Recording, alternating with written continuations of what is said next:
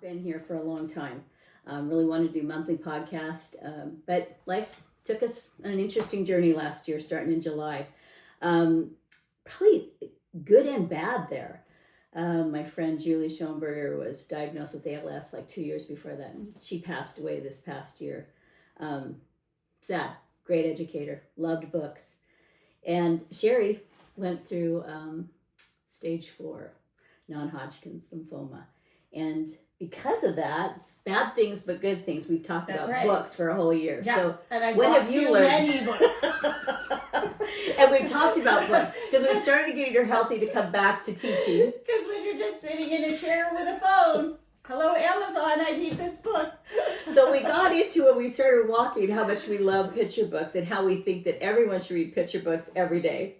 Yes. And I'm kind of a big believer in you try to theme them together so you can kind of intentionally teach something. And we kind of came up with our first podcast. We hope to do this for every month, is about how important words are. And we have books that kind of start with that, but then they tie into SEL or they tie into other things. So we're going to start with these books. And of course, we have already like 3 or 4 podcasts later already planned. So let me just kind of get serious as an educator here for a minute. So picture books should help you, either a homeschool mom or a teacher, to teach her background knowledge, interesting facts. It could deepen understanding on the importance of words, because I don't think kids understand when we're just teaching phonics, that we're teaching them because words have meaning. And then we'll eventually get to that in a podcast too. And that words can create imagery in your minds. I don't think kids, unless they can see that, will never love to be a lifelong reader. And so we want to change children's feelings on perspective, or how it makes them feel, or how they should act. I think because I started this with Incedo educators, and the S is there on purpose because I'm not the only educator that should incite, encourage, hasten, ignite, stir. We want to do this. We want to have everyone, teachers and students and parents, love books. You want to add some stuff there, Sherry? Well, and also moving away from, obviously, the foundations of reading are valuable so kids can read the books, but in the books is where they'll expand their vocabulary. Mm-hmm. So we want kids to be using words that aren't just, oh, that was nice, that's good. That we want them to build that vocabulary so when they get into their own writing, they can use words with shades of meaning, stronger words, and move beyond those simple basic words, and they're going to find those in books. But don't you find that they use simple words because they don't know how to spell the big words? Partly, yes. Yeah, they get frustrated in their writing. Yeah. I don't know how to spell that. Yeah, and I think we need to not make spelling be so important, and when they're, especially when they're younger. Right. And even now as adults, we have a place called Spell Check on computers, so it's really easy. I do it a lot, even on my phone. I'm not spelling that word correctly. How does it spell? Oh, there it is. Right. So we're going to start with a book that we decided had to be our first book. It's called Words. Sherry's going to take her notes out. Words and Your Heart. Because we think this is why you do books, because words touch hearts. So add your thoughts on this, because it was both of our choices. Yes, and our basic premise here today is we had to curate our lists. Oh, yeah. Pretty extensively on books that have been written about words. Technically, we could probably do this for like 5 years. We could. Because we were finding books fall into several categories. Yes. You have your SEL, which is what we've decided to kind of focus on today. We feel like any of these could start off your year, or all of these would be a great kickoff to your year. But then there are words that are books that focus on what, I guess, more academic. Mm-hmm. Just introducing kids to big words in a fun way with poetry or something like that. So, and then there are crossovers. You're going to find there are some books in here that might have a social emotional basis, but they're still bringing in strong vocabulary and introducing new words and possibly even defining those words and giving synonyms for those words. So, well, I think this is a definitely SEL, but also we love it because of words. Right. Words in Your Heart by Kate Jane Neal. I'll hold it up one more time. Just lovely little book. And why did you like the illustrations? I liked it. Well, red's my favorite color. I do like red. So I was struck. Everything in this book is red, white, and black.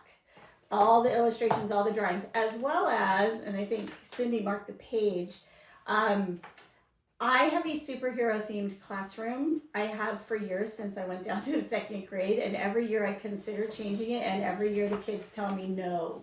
Words have power. Yes. So there are quite a few pages. This is the biggest one. Yeah. But there are others that show the words in a call out. Like a comic book or something, which kids love. And I love that because it shows you that you don't have to just write exactly the same. Like you can use a different font, and you can even print a different font in your own life. Right. I love the dedication. I have to start with it because this book is for your beautiful heart. And I know as a teacher, especially at the end of the year, we wonder if any kid has a heart because they're just tired, and we're tired. But I think when you start the year, if you would start with something like, all of you are just got a beautiful heart, and they'd realize you love the kids, they begin to love you, and we could continue that theme through school. And I just think that would be so important. I think part of maybe the behaviors might change just the way you start the year. Yes. And that's why I would always start Power of Words. Right. Because our words do either make us happy or make us sad, which is what we'll talk about through this. Going back to the other one without the Power of Words, this one I loved because it says, you see, the words that go into your ears, and it has words going into your, can actually affect your heart. The little bit inside you makes you. Right. And I just think that's so important for us to get to realize, and you'll see as with the books we've collected, that words are really important. But another thing I enjoy about this book is it starts at the beginning, you, and transitions to them. Yeah. So it does make a transition from focusing on the reader to how can the reader focus on someone else. And we've also talked about, we'll probably bring them in another Here's time. them. So that's what Sherry's talking about. And I And love the black to the red. Yes, this is a very striking picture. That I'm sure a lot of, especially younger, will notice the drops of blood. Yes, and but it's a great conversation starter. Like, words can pierce your heart; they can hurt. Absolutely. And so I do love how it transitions from you to them. And it also then, we talked about, there is a series of books out called the Bucket Books, which I also begin my year with, and it's an excellent partner book to the Bucket Books, which are focusing on filling your bucket, filling others' buckets. So I like, it's not just me, it's others. And when you get to the end, it does talk about, shouldn't you choose kind words, Yes. But it also opens up for a good discussion. You're not always going to agree with everybody, and you're not always going to, but how can you disagree kindly? Because it is possible. And you should disagree at times. That's part of life. We disagree. Yeah. Sometimes we disagree. On our walks, we disagree. It's great. I'm totally energized. She's like, man, that was a tough one. She's like, oh, great conversation. I'm like, I need a nap. But I like this page too because, again, we were seeing the red one, but I love the font. It says, your words are amazing and powerful. And I just think, even if you have this in a poster in your classroom, that you begin to just point at, like, okay, your words, powerful, can be amazing, maybe at that moment it's not. And that will segue us into some other books that we brought. And that could be also an excellent, I don't know if you'd call it an anchor chart. Yeah. But it would be an excellent thing to put up in your room. And as kids find amazing, powerful words, you have a little Post-it pad or something. Oh, I love that. Kids write those words and stick them on the poster. So it becomes SEL. And it becomes them. It's not another poster the teacher made and hung up for me to read. Oh, and that's, Sherry brought up a good point. I think we got to be careful that our anchor posters weren't posters that you bought from TPT. Because if a child helps you make the anchor chart, it means more to them. Right. And I was actually proven with a girlfriend that was down in LA, and they began to do some teaching how to do similes, metaphors, reading, math. Every anchor chart in the room was written by the kids. Mm. And she said their scores, if we're talking about scores, went up by 50%. That was tremendous growth. Yeah, because they did it. You can use those as a foundation to start your own. Just because sometimes I get it. The bucket is empty. The brain is dried and fried. Yes. But, and don't, I think sometimes too we worry it doesn't look like the TPT. It doesn't look Pinteresty. They use the cute fonts. They have the great penmanship. They have the great, but you know what? Our kids don't have the great penmanship. Our kids don't. So if they see you're putting it out there, like, I know I'm not the world's perfect artist, but I want to make this for you to help me. Yeah. They're going to be more inclined because it doesn't look perfect. Exactly. And they're going to want to add to it. Exactly. And sometimes theirs is going to look better than yours.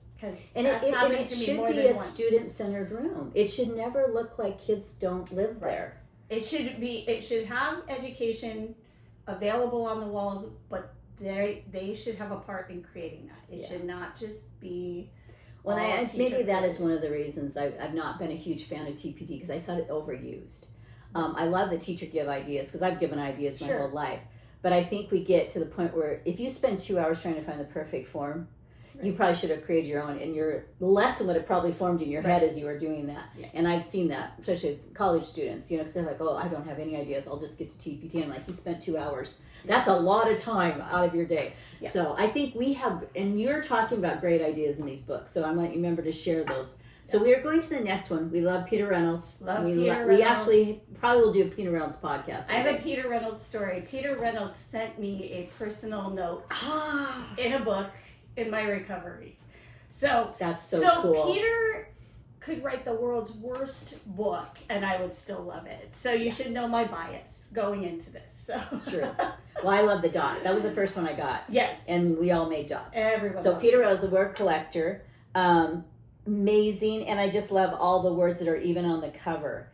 And so this book I have used to talk to kids about finding treasure words. I have never been able to do this because it's a book I found later. But my student teachers would take and give every kid 4 3x5 cards, and they had to come up 4 treasure words by the end of the week. Which would fit into the words in your heart poster. Exactly. And now you could do Post-it notes. And then they kind of do something they do in here. They made their own poem with a group of kids. And then they put it on the bulletin board. And they were shocked at how good it was. Right. So I think they begin to realize how words can actually make beautiful messages, and they don't have to be a complete sentence. Right. I think that we love complete sentences, but poetry really isn't complete sentences. And that's a good place to start with the youngsters, because they're still building the vocabulary, they're still building the writing skills, taking that pressure off that everything has to always be a complete sentence with appropriate, spelling and grammar and punctuation. Can get challenging. Yes, they need those things. Yes, they need to learn those things. But if you can introduce it in a short, right there, I was about to say short but sweet way. So I'm going to show you. Words. So he has 2 pages here, and it's short and sweet are dark, drift, bloom. And then he has 2 syllables, hover, candid, treasure. But then he goes to multisyllabic, and that's what we were talking about. They don't use these words even though they talk with them, but we've got to allow them to be inventive in their spelling, so they use them. So he has geometry, guacamole, kaleidoscope, wonderful, symphony. And kids love these words. I know my daughter would love to just say them off her tongue when she was young. She couldn't spell them, but she used them, and I let her use them. And phonetically, most teachers can read them. And I had actually jotted a note about this page because I love that not only does he introduce the words, but he does introduce the word syllable and multisyllabic. 1 syllable, 2 syllables, multisyllabic. So he's not just saying short words, long words, medium words. He's using the words that in the science of reading that we're using now too, the kids are aware of. So I like that they're going to hear that, but then they're going to see some actual fun words. And for me, I love the idea of collecting, and I've never been a journaler. I really wish I were. Yeah. I come from generations of people who are, but I love to make lists. I love collections. Not the least of which is my book collection. I might collect books. Amongst other things. And I think kids are like that. Look in their desks, whether they have piles of rocks. And you think your desk is a mess, and they think my desk is beautiful. Yeah. It's a treasure trove. So that's true. I would offer up. There are those kids whose minds are wired that way. Like, they're writing in pencil. Yes. I think we've got to get back to do some writing on paper. Yeah, nobody's typing. I think technology is wonderful, but there's something about when you write, it gets more into your brain. Right. And I actually started to have my college students at the end start to put their laptops down and write. And all of a sudden they realized they were learning more. Right. And I believe the next page is the onomatopoeia page that I also love, or is Oh. it the one after that? Might be after that. Can I just show you? So this Yeah. this was borrowed by one of my student teachers, and I've kept the little notes because it just makes me happy. This is what teachers do. Right. And this is, if you're a teacher and you're not doing this, then you didn't intentionally read this for learning. So if you think, oh, I want to use this page, like Sherry said, I think the onomatopoeia page is coming, because we want to think about what do we want our kids to intentionally learn as we read this picture book.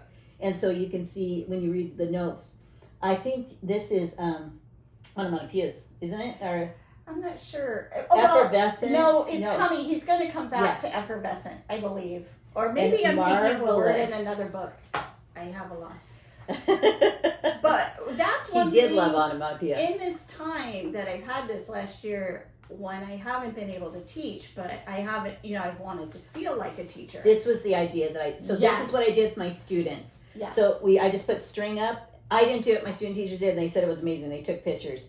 And the kids put their poem together. And there's no like helping verbs or verbs in it. It's more like whisper, symphony, electric piece. It could be a feeling. And I've done this even with art. I've let them kind of make abstract art and then put words that go with the abstract art. It's amazing. Yeah.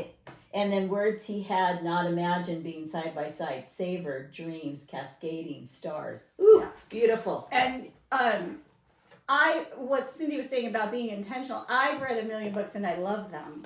And I read them all. I never read a book to my class that I haven't read first. Ooh, But good tip. But I haven't always been great. I mean, I know in my mind, and I've taught for long enough, what I want to do with it, what I want to say with it as we're reading it. But I haven't been good about writing things down, like the notes that her student has in this book. So as I've been reading my books this summer, I've been writing things down, jotting notes. The annotation. Yes.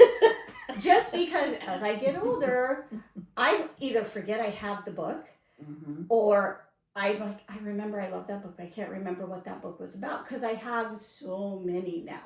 And that's true. So just for my own edification and memory, I've started jotting notes so that when I go back, and we could do a whole discussion about how do you organize your books, how do you keep track of what you have. Well, I thought I did a good job 2 years ago, and I've reorganized that. I know, because I couldn't remember what I put. And that is where I will put a little plug out for the internet. There are some great sources out there where you can categorize them and put your books. Especially if you're a collector like we're collectors, and you. Well, I'm retired and I'm still buying books. I know, it's ridiculous. And then she gives them to me, and it's like, where am I going to put that? No, she reminded me I did buy a book. Yes, I did. That's true. Now I'm going to tell you, this page ties really well to the first book we just did. Yes, it does. Some of his simpler words were his most powerful. I understand. Right. I'm sorry. Thank you. You matter.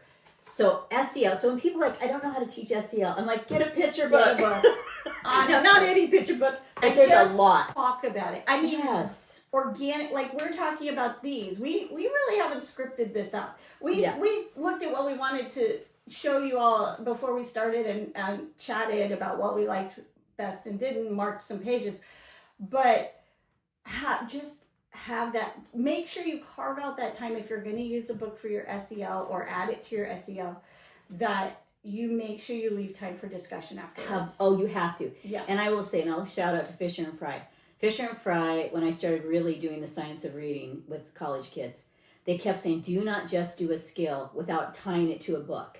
And people are like, well, not the word I wasn't using isn't in the book. That's not the important thing. Right. It's always show them that words are in the books. Right. And so you're like, this is reading.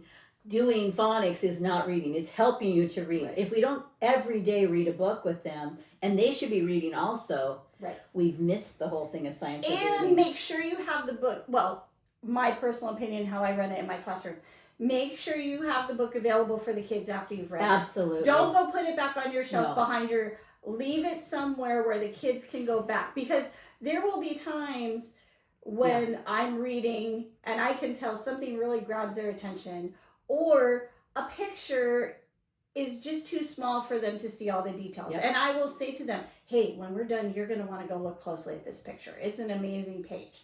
So, that's probably why I don't use the Elmo when I'm reading, because I like to read and then show the pictures. And so, yes, some kids can't see everything. So I always had it on like the whiteboard. they could go get it. Now, one year I had kids that I think realized they could sell them. So I've had a bunch of hardcover books leave, like $1,000 worth. So I couldn't do it as much, but that was 1 year. Right. And the rest of the time, but I love this one because this is going to show you again, as we read other books, his treasure words started to fly away. Yes. And all of a sudden he realized it's good to share your treasure words because everyone was grabbing words.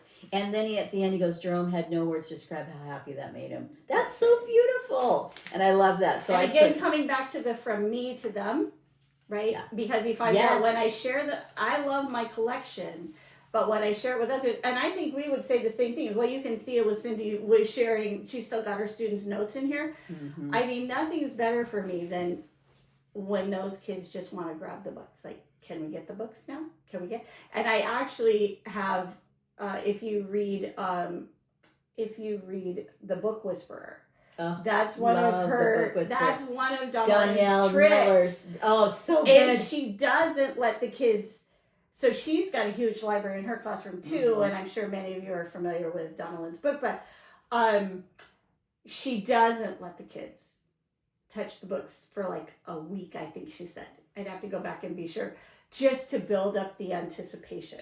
And then she puts a pile on each desk, and they go crazy. Yes. And that book has changed most of my college students in children's lit to start to read. That was the first book we read, and they were like, and I said, I want you to become book whisperers. Right. And because I realized when I read her book the first time, I'm like, oh, that's why kids read, because I'm a book whisperer. Yeah. And we all should be. And so I do believe any elementary teacher needs to work on becoming a book whisperer, because you are the beginning of reading. Right. And homeschool parents, the same thing. You can't just work on a worksheet. You can't work on a worksheet and get inspired reading. No. You can't. Books are... So I'm going to end with what he put here. Reach for your own words. Tell the world who you are and how you'll make it better. Peter Hamilton Reynolds. Right. So Sherry's going to do a little tying into that. Before we leave that, yes? Is that... Because another fun thing, yes. Not all, but... Another reason why you might be looking at, why do you have the sleeves? Kids ruin the sleeves. And sometimes sleeves. That is true. But they also serve a purpose because so many books have the hidden covers nowadays. And kids love the hidden covers. I've had to apologize to our school librarian on more than one occasion because at the beginning of the year I teach kids about the hidden covers. And she tapes them down. And they're library bound.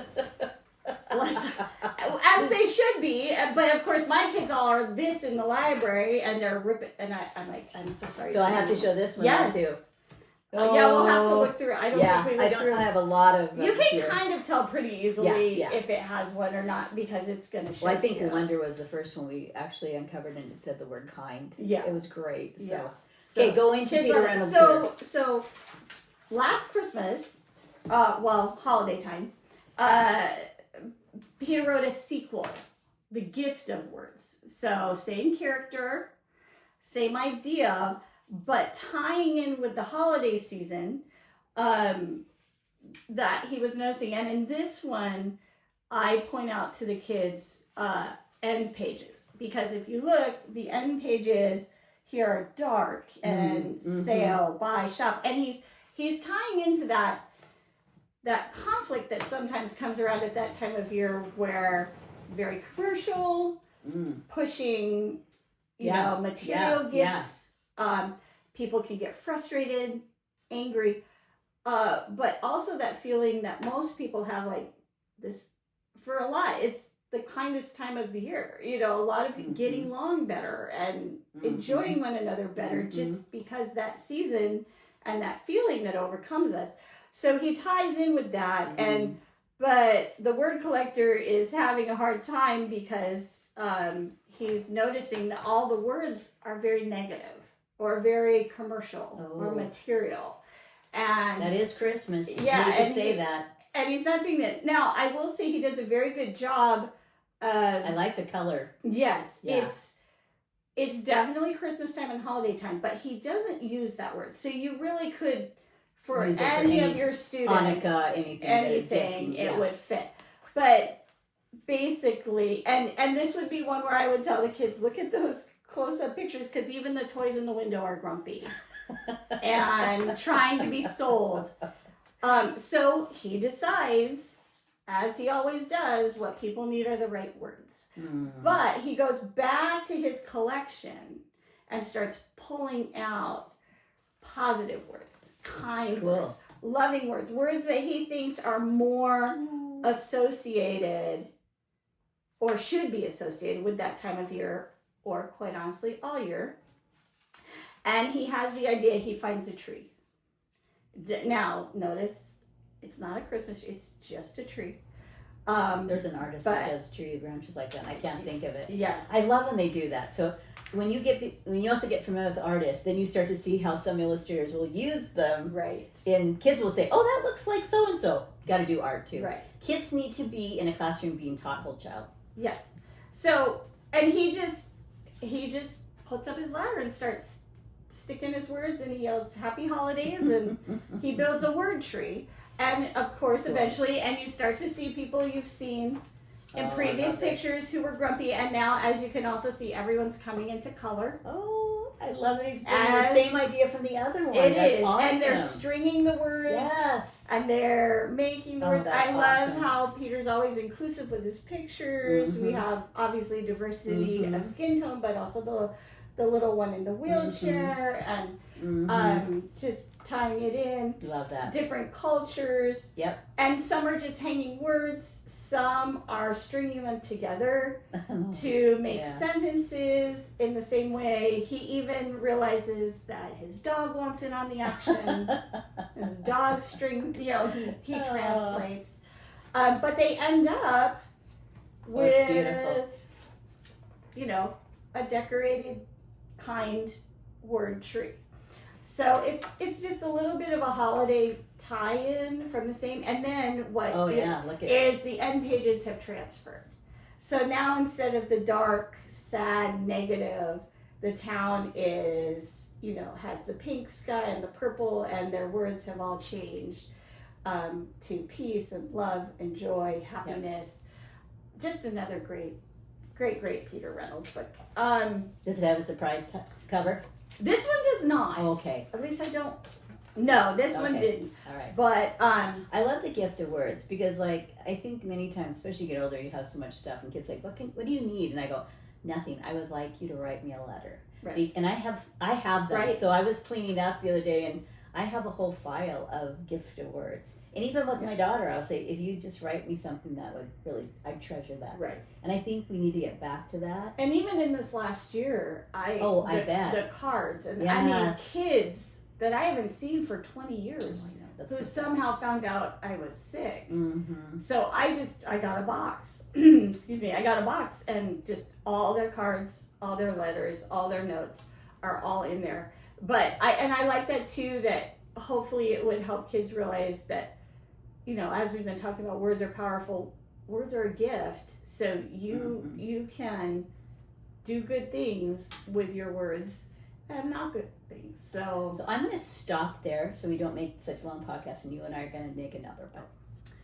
So we're going to end this segment on our books about words, showing you the power of words, the importance of introducing words and books with good words and good social emotional learning to your classes. So we started with Words in Your Heart by Kate Jane Neal. Mm-hmm. And then we discussed The Word Collector by Peter H. Reynolds. And then his holiday sequel to that, The Gift of Words. So we will continue on in our next podcast with more books containing words that also have an SEL bent to them, but also will grow your kids' vocabulary.